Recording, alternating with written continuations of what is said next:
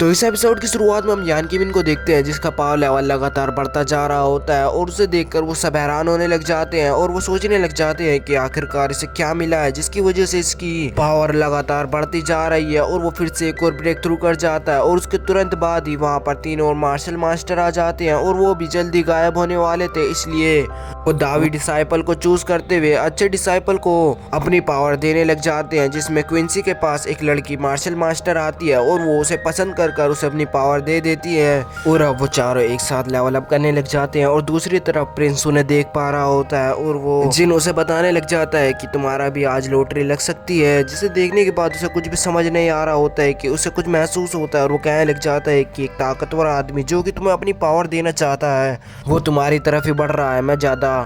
खेल खराब नहीं करूंगा इसलिए मैं वापस से जा रहा हूँ। और अब ये कहकर वो वापस चला जाता है और वो मार्शल मास्टर उसके पास आ जाता है और उसे देखकर हैरानी से कहने लग जाता है कि ये तो बहुत कमाल का लड़का है। प्रिंस उसे नहीं देख पा रहा होता है, कोई भी उन मार्शल मास्टर को नहीं देख पा रहे होते हैं और अब वो मार्शल मास्टर उसके अंदर घुस जाता है और उसके अंदर जाने के बाद वो उसे देखता है कि उसके ऊपर एक पैरासिटिक सीड है जो कि उसे मार सकती है और इसकी blood line alien demon clan से बिल्कुल मेल खा रही होती है, जिस वजह से वो उसे मारने का इरादा करते हुए वो कहने लग जाता है कि अगर मैंने आज इसे ऐसे ही छोड़ दिया तो अगले दिन ये सबको मार डालेगा। और ये कहकर वो उस पर एक ताकतवर हमला कर देता है, लेकिन वो जिन उसके आगे आ जाता है और उसे रोक लेता है और उसे पीछे करता हुआ कहने लग जाता है कि ये तुम क्या कर रहे हो, तुम्हें इसे अपनी पावर देनी है तो दो, और वैसे मैं अब तुम्हें यहाँ से निकलने नहीं देने वाला हूँ। जिसको देखकर वो कहने लग जाता है कि अब वैसे तुम मरने वाले हो और वो उस पर हमला करने लग जाता है, लेकिन जिन उससे बचता हुआ अपनी अटैक को उस पर लगातार मारने लग जाता है, जिस वजह से वो पीछे हटने लग जाता है और तभी वो उससे बचता है कि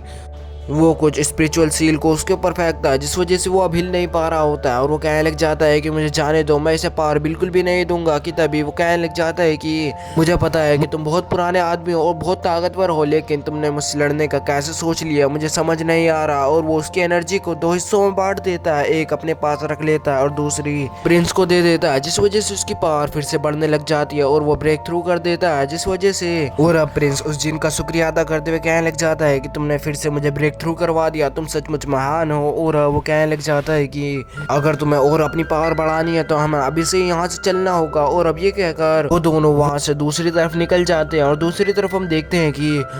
चैनसॉ और वो डीमन टाइप बंदा एक तरफ बैठकर अपनी कल्टीवेशन कर रहे होते हैं और अब वो डीमन टाइप बंदा अपने आप को बहुत ही जल्दी रिकवर कर पा रहा होता है और चैनसॉ भी जल्दी से अपने आप को रिकवर कर लेता है, जिसके बाद चैनसॉ खड़ा होकर उसे थैंक्स कहने लग जाता है। तो वो पूछने लग जाता है कि ये तुम्हारे साथ क्या हो रहा है ये, और चैनसॉ कहने लग जाता है कि मैंने डीमन लॉर्ड को तो मार दिया था लेकिन वो वापस से मुझे कैसे मिला ये मुझे समझ नहीं आ रहा है। और वो बातें कर रहे होते हैं और दूसरी तरफ डीमन टाइप बंदा लगातार अपनी एनर्जी को वापस ला रहा होता है और जल्दी से रिकवर होने लग जाता है। और उतने में वो दोनों भी उसे देखते जा रहे होते हैं कि वो बहुत जल्दी रिकवर हो रहा है और अब वो रिकवर भी हो जाता है। और अब डीमन टाइप बंदे की पूरी एनर्जी रिस्टोर हो चुकी थी और उसकी स्ट्रेंथ भी वापस आ चुकी थी और वो हंसने लग जाता है और वो कहने लग जाता है कि मेरी स्ट्रेंथ वापस से आ चुकी है। और अब वो चैनसॉ को देखता हुआ उसकी तरफ तेजी से बढ़ने लग जाता है। चैनसॉ भी चौकन्ना हो जाता है, इतने में एम्परर कैट उन दोनों के बीच में आ जाता है और उसे पीछे कर देता है। इसे देखने के बाद वो वापस से जमीन पर आकर अपने घुटनों पर आ जाता है, जिसे देखने के बाद चैनसॉ को उस पर शक होने लग जाता है और उसके पास से जाता हुआ उसके कंधे पर हाथ रखकर उसके ऊपर एक और फॉर्मेशन बना देता है जिसके बारे में उसे पता नहीं लग पाता है। और अब वो सारे आगे एक साथ चलने लग जाते हैं और यहीं पर यह एपिसोड खत्म हो जाता है। 君の虜になってしまえばきっとこの夏は充実するのもっと噂の Dreaming が忘れないででも気持ちは伝えてしまえばいつかその夢は覚めてしまうんだろうな青い影が揺れる街角君の虜にな